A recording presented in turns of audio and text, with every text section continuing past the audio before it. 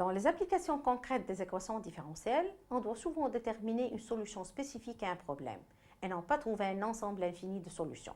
En pratique, ça passe par la donnée d'une condition initiale.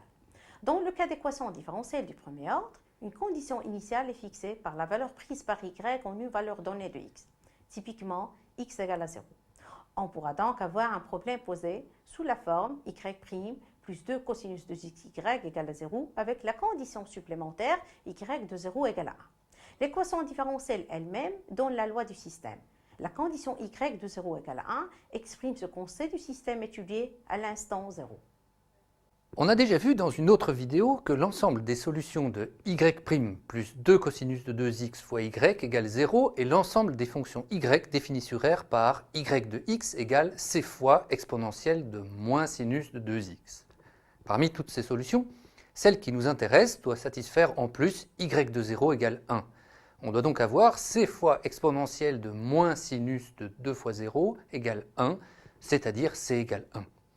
Le problème posé avec sa condition initiale n'a donc qu'une seule solution, la fonction y définie sur R par y de x égale exponentielle de moins sinus de 2x. On pourrait se poser la question de savoir si une équation différentielle n'a toujours qu'une seule solution quand on fixe une condition initiale. Dans le cas de y' plus 2 cosinus de x y égale 0, c'est assez évident vu l'allure des solutions.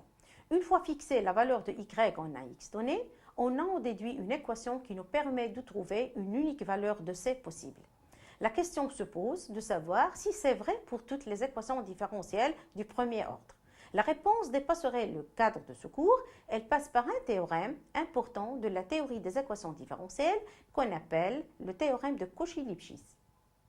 Pour faire au plus simple, le théorème de Cauchy-Lipschitz indique que, à une condition technique précise et fréquemment satisfaite en pratique sur la forme de l'équation différentielle, les solutions n'ont aucun point en commun.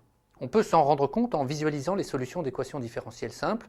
Quand on dessine les différentes solutions en faisant varier la constante c, les courbes obtenues ne se touchent jamais. C'est d'ailleurs avec ce théorème qu'on peut traiter plus rigoureusement les problèmes et les imprécisions qui ont été signalés dans certains calculs où on divise par y alors qu'on n'est pas sûr que y ne s'annule pas.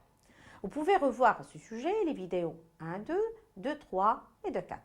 Le théorème de Cauchy-Lipschitz permet de surmonter ce type de difficulté en remarquant que quand la fonction nulle est une solution d'une équation différentielle, alors si le théorème de Cauchy-Lipschitz s'applique, aucune autre solution ne peut s'annuler en aucun point. Parce que si on trouvait une solution y qui s'annule en x0 par exemple, alors la courbe de la solution y toucherait celle de la solution nulle, précisément en ce point x0.